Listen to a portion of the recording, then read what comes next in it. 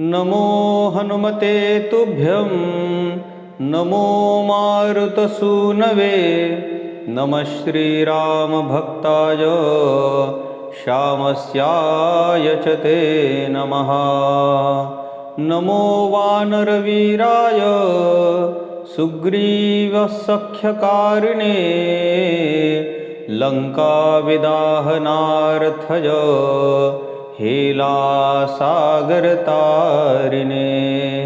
सीताशोकविनाशाय राममुद्राधराय च रावणान्तकुलच्छेद कारिणे ते नमो नमः। मेघनादमखध्वंस कारिणे ते नमो नमः। अशोकवनविध्वंस कारिणे भयहारिणे वायुपुत्राय वीराय आकाशोदरगामिने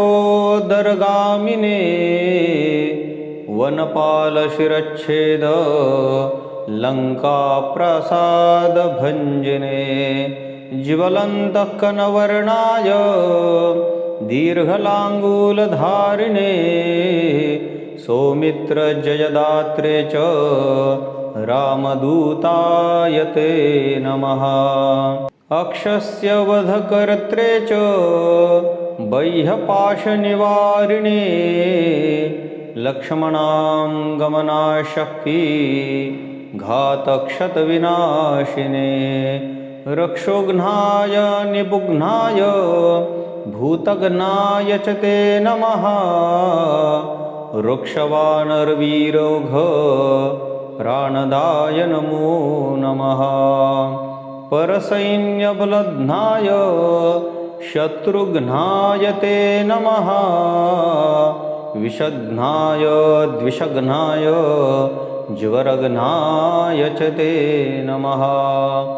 महाभयरिपुघ्नाय भक्तत्राकेनकारिणे परप्रेरितमन्त्राणां यन्त्राणां स्तम्भकारिणी पयपाषाणतरण कारणाय नमो नमः।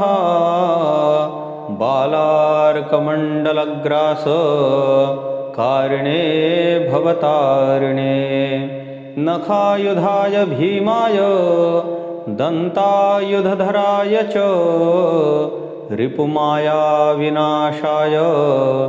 रामज्ञालोकरक्षिणे प्रतिग्रामस्थितायाथ रक्षो भूतवधार्थिने करालशैलशस्त्राय दुर्गमशस्त्राय ते नमः। बालैकब्रह्मचर्याय रुद्रमूर्तिधराय च विहङ्गमाय सर्वाय वज्रदेहाय ते नमः। कौपीनवासिसे तुभ्यं रामभक्तिरताय च दक्षिणाशाभास्कराय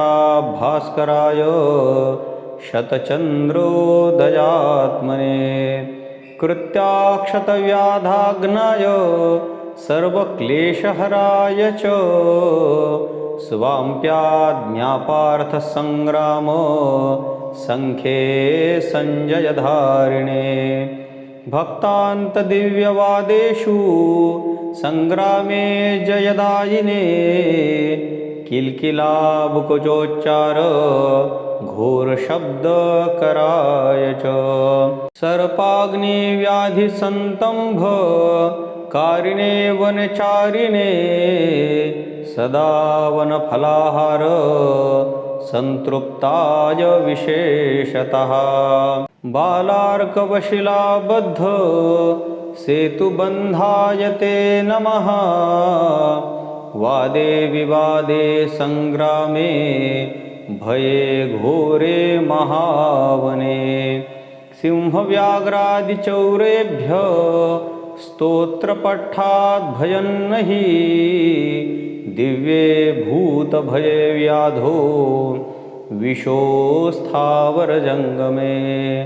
राजशस्त्रभये चोग्रे तथा ग्रहभयेषु च जले सर्वे महावृष्टो दुर्भक्षे प्राणसंलवे पठे स्तोत्रं प्रमुच्यते भयेभ्यः सर्वतो नरः तस्य क्वापि भयं नास्ति हनुमस्तव पाठतः सर्वदा वै त्रिकालं च पठनीयं यमं स्तवं सर्वान् कामान् न वाप्नोति नात्र कार्या विचारणा विभीषणकृतं स्तोत्रं ताक्षेण समुदीरितं यः पठेत् भविष्यन्ति भक्त्या वै सिद्धघरे स्थिताः विभीषणकृतं स्तोत्रं